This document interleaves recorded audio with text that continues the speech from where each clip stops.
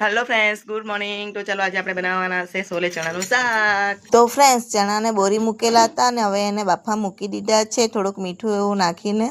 તો ચાલો ચણા બફાય એટલે આપણે એની ગ્રેવી તૈયાર કરી નાખીએ।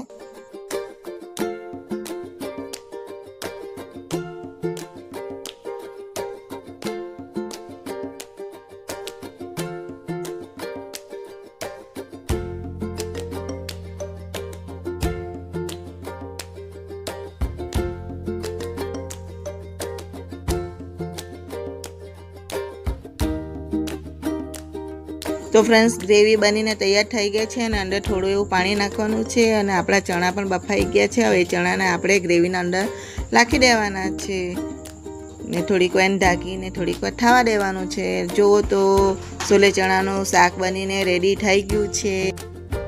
કેવું બન્યું છે કમેન્ટ કરીને કહેજો।